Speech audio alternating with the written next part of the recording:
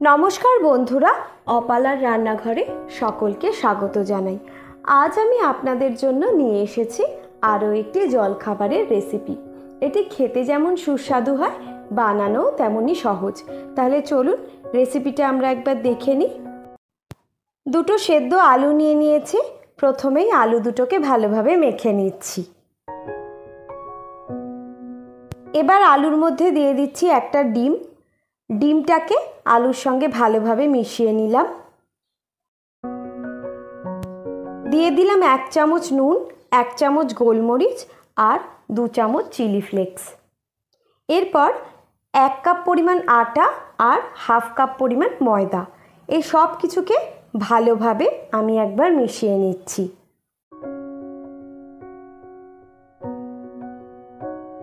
এবার এর মধ্যে দিয়ে দিচ্ছি দুটো চিজ স্লাইস। আপনারা এমনি কিউব চিজ থাকলে সেটাকেও গ্রেট করে নিতে পারেন। আমার কাছে স্লাইসই ছিল, তাই এটাই আমি দিয়ে দিয়েছি। এবার এই সব কিছুকে একসাথে ভালোভাবে আমি একটু মেখে নিচ্ছি।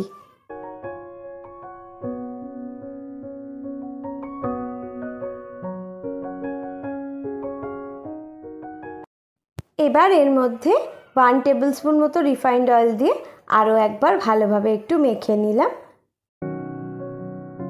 এরপর এর মধ্যে পছন্দ মতো সবজি আমি দিয়ে দিচ্ছি। আমার কাছে capsicum, red bell pepper, yellow bell pepper কেটে রাখা ছিল, সেগুলো দিয়েছি। আর দিয়েছি পেঁয়াজ কুচি আর স্প্রিং অনিয়ন কুচি। দিয়ে দিয়েছি স্বাদ মতো আর একটু নুন।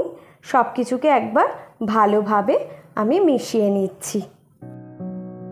আমার রেসিপিটা যদি ভালো লাগে তাহলে ভিডিওটাকে লাইক, কমেন্ট, শেয়ার করে চ্যানেলটাকে সাবস্ক্রাইব করার অনুরোধ রইল।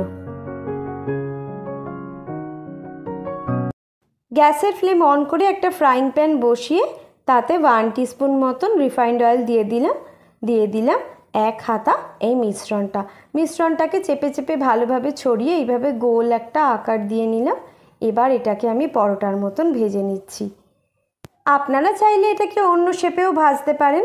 গ্যাসের ফ্লেমকে লো টু মিডিয়ামে রেখে একটু সময় নিয়ে ধীরে ধীরে ঢাকা দিয়ে এটাকে ভেজে নিতে হবে। গ্যাসের ফ্লেমটা বেশি বাড়িয়ে দিলে বাইরেটা ভাজা হয়ে যাবে, ভেতরটা কাঁচা থেকে যাবে।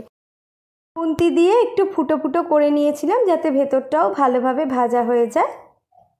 আমার ভাজা হয়ে গিয়েছে। গরম গরম একটু সসের সঙ্গে বা কোনো কিছু ছাড়াই শুধুও যদি খান অত্যন্ত ভালো লাগে খেতে। আপনারাও বানিয়ে দেখবেন, আশা করি নিরাশ হবেন না। ভিডিওটা সম্পূর্ণ দেখার জন্য অনেক ধন্যবাদ। সবাই ভালো থাকবেন। আজ এই পর্যন্তই।